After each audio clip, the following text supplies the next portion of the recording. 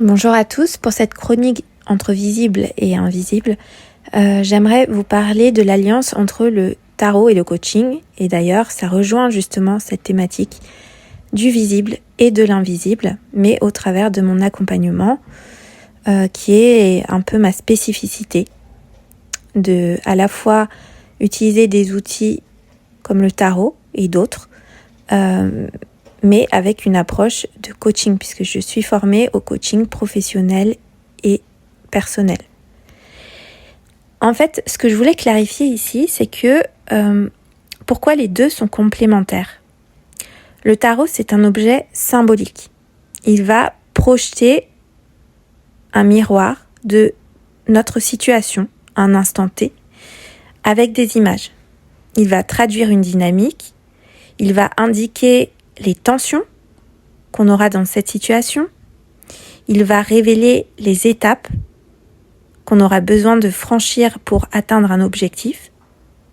Il peut aussi indiquer une évolution, donner un axe d'orientation. Avec certaines cartes, on peut voir un conseil. On peut également voir une synthèse. Mais recevoir un conseil symbolique, ce n'est pas la même chose que de l'incarner dans sa vie au quotidien. Et c'est là où le coaching prend tout son sens, parce qu'il s'inscrit dans cet espace, dans cet écart entre le moment où vous recevez le conseil et le moment où vous vous demandez maintenant comment je fais.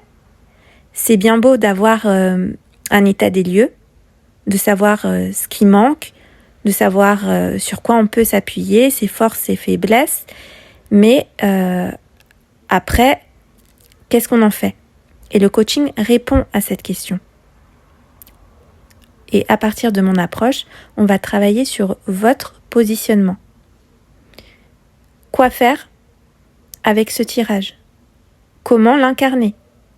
Par exemple, si vous recevez un conseil avec une carte, imaginons l'amoureux, un conseil relationnel, on va pouvoir travailler sur le tiraillement intérieur que vous éprouvez, sur le doute, à partir d'autres approches avec des exercices spécifiques.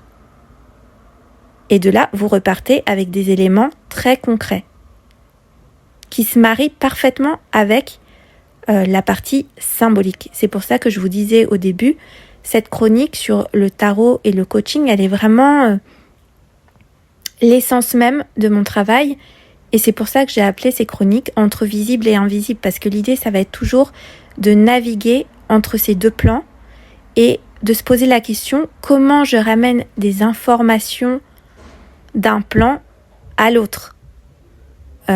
Si je fais un tirage de tarot, j'obtiens des informations. Et ensuite, tout le travail, ça va être d'en faire quelque chose pour ma vie concrète. Et ça fait que la fois d'après, on peut faire de nouveau un tirage.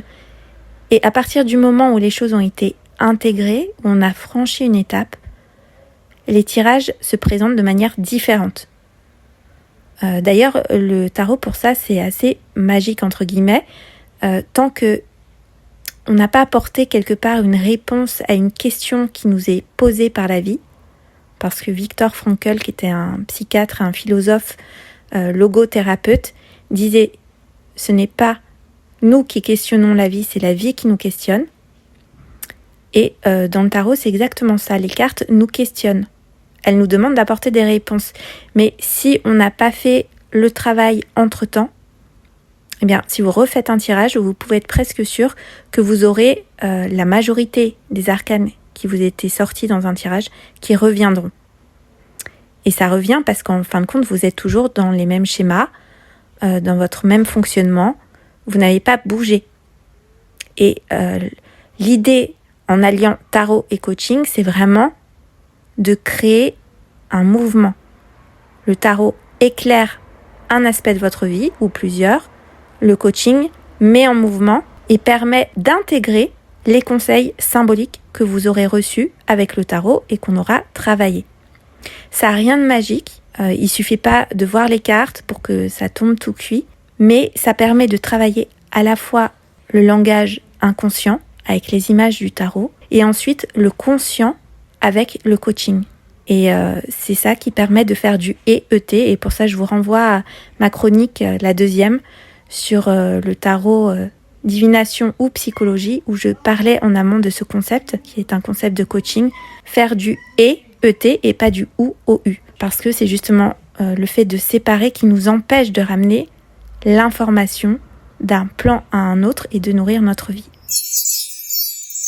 Voilà, c'était la chronique du jour sur l'alliance et les bienfaits du tarot et du coaching ensemble. Je vous invite à commenter, à liker et à vous abonner à la chaîne.